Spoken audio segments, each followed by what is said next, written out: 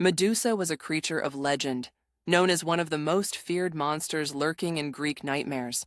She was not born a monster, but rather was transformed. The daughter of sea deities Phorcys and Sado, Medusa came into the world as a normal child. Her tragic tale begins with her lineage, as she belonged to an ancient and powerful family. Many heroes attempted to confront her, but none ever returned. In her early years, Medusa was renowned for her stunning beauty. She was not alone, for she had two sisters, Stheno and Euryale, both Gorgons who shared traits of both women and serpents. Despite their differences, Medusa's childhood was filled with joyful moments, especially with her friend Iphicles. The bond between Medusa and Iphicles was strong, as they enjoyed each other's company and shared many adventures together. As Medusa embarked on her journey to become a priestess, she entered a world of preparation and dedication.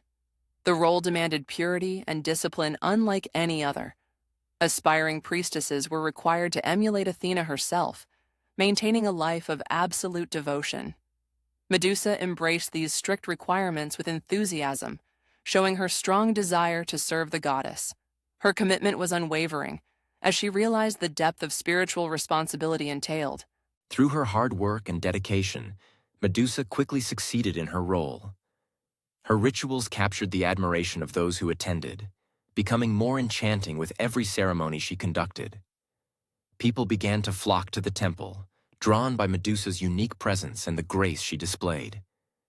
However, this attention was not without its consequences. The focus of the followers began to drift away from the goddess they came to honor, which would soon lead to unforeseen turbulence. The growing admiration for Medusa did not go unnoticed by Athena. Watching from Mount Olympus, she realized that her followers' eyes had shifted from divine worship to the allure of a mere mortal. Her presence among her devotees was being overshadowed by the priestess she once favored.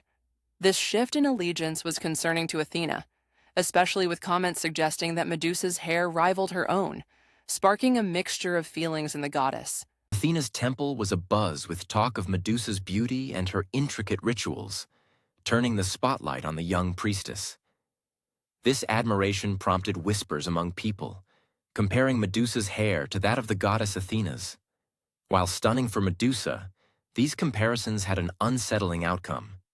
Medusa, who wished only to serve, found herself inadvertently at the center of attention, a development that was soon to change everything around her. Athena found herself in a difficult position as she noticed her followers increasingly shifting their admiration from her divinity to Medusa, her own priestess. This unexpected change challenged Athena, who was used to commanding devotion and respect. The temple had become a place where Medusa was as much a draw as the goddess herself, if not more. Athena's pride and position among the gods felt threatened, leading her to ponder how to address this growing issue. Meanwhile, in the realm beneath the sea, Poseidon observed Athena's growing discomfort with interest. Known for his rivalry with Athena dating back to their contest over the city of Athens, Poseidon saw an opportunity to strike against his old adversary. Viewing Athena's struggle with Medusa as a possible weak spot, he began formulating his plan. Poseidon wisely chose Medusa to be the centerpiece of his scheme, seeing her influence and new popularity as perfect tools for his revenge. Poseidon's keen observation did not miss a moment as he watched Medusa from his watery domain. She walked often by the shore, unaware of the god's interest. For Poseidon, Medusa embodied the elegance and purity that was causing Athena such trouble.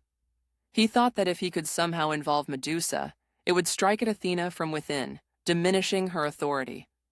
As Medusa continued her daily life, she had no idea of Poseidon's intentions or the role she was about to play in this divine conflict.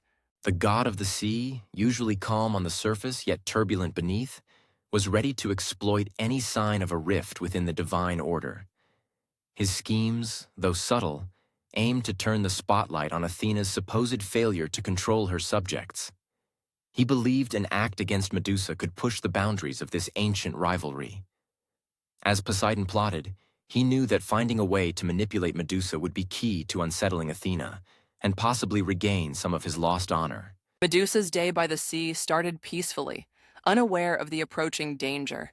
As she walked along the shore, she felt the gentle breeze and listened to the soft waves. However, hidden within the deep, Poseidon had already set his sights on her. He emerged from the ocean, using his charm and grandeur as a trap. Although awed by his presence, Medusa did not forget her vows and remained firm, refusing to yield to the sea god's temptation. Medusa's rejection of Poseidon's advance was unwavering. Her commitment to her role and her promises was stronger than any allure he could offer. However, Poseidon's ego could not accept this rebuff. His anger grew, and his determination turned darker. Unfortunately, Medusa could not foresee the lengths he would go to avenge his wounded pride. Poseidon's fury translated into an attack that changed everything in a matter of moments. Realizing the danger she was in, Medusa desperately sought the safety of Athena's sacred temple. Every step towards it was a race against time, as Poseidon pursued her relentlessly. Just as he was about to catch up, a brave soul, Iphicles, stood in the way. Courageously trying to protect Medusa, he faced the might of a god. Despite his noble intentions, Iphicles was no match for Poseidon, who effortlessly pushed him aside. Medusa rushed inside the temple, clinging to the hope that Athena would offer protection. Kneeling before the goddess's statue, she prayed for intervention. The safety she longed for felt distant as she heard Poseidon's footsteps near. Her tears and pleas filled the silent halls of the temple. Yet in that sacred space, no answer came. The god's arrival was swift, and against her will, Medusa was violated, marking a tragic moment that would seal her fate. After Poseidon had left, the temple was silent, but for the echoes of Medusa's quiet sobs. The gravity of what had happened weighed heavily on her heart. The sacred space she had always found safety in had become a place of shame. As the sun set, her heart felt as if it had been cast into shadow. To make matters worse, it wasn't long before Athena, in her celestial awareness, came to confront Medusa. Athena's anger was swift, and she demanded to know why her temple had been defiled. Although it was the actions of Poseidon that led to this disgrace, Athena's wrath fell on Medusa, whom she blamed for drawing unwanted attention with her beauty. In a moment of fury, Athena decided that Medusa would be punished, turning her once lovely hair into snakes and making her appearance so terrifying that anyone who looked at her would be turned to stone. Medusa, devastated and heartbroken, knew she could no longer remain near the people she loved, as she was now a danger to them. The reality of her dire situation forced her into exile, where she hoped she could spare others from the tragic fate of looking into her eyes. It was here in desolation that the tales of the fearsome Gorgon began to spread, tales that left a mark far beyond her own lonely escape. The powers Athena bestowed upon Medusa sparked fear and fascination in equal measure. Medusa's transformation was a cruel twist of fate, a punishment that was as much about Athena's pride as it was about Medusa's perceived responsibility in the sacrilege. It was not the goddess's original intention to let Medusa suffer eternally, but now she was bound by her decision, and Medusa's monstrous legend had begun to take form. In her isolated state, Medusa found herself far removed from the world she once knew, as she struggled to come to terms with her monstrous transformation.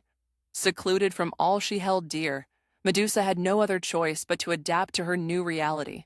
She learned to survive by hunting small animals in the wild, a task that required her to rely on instincts she never thought she possessed.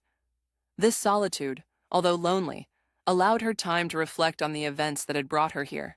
During her lonely exile, Medusa stumbled upon an ancient temple dedicated to Athena, now in ruins. Its discovery was unexpected, yet it stirred something deep within her. She saw the decayed stone and the collapsed columns as a reflection of her own shattered life. In this ancient hideaway, she felt a connection to her past role as a priestess. Ignoring her cursed appearance, Medusa returned to performing the rituals she once loved, finding comfort in tending to the temple's remains. Despite everything she had endured, Medusa's heart never hardened completely. Her acts of care for the ruined temple were not for show.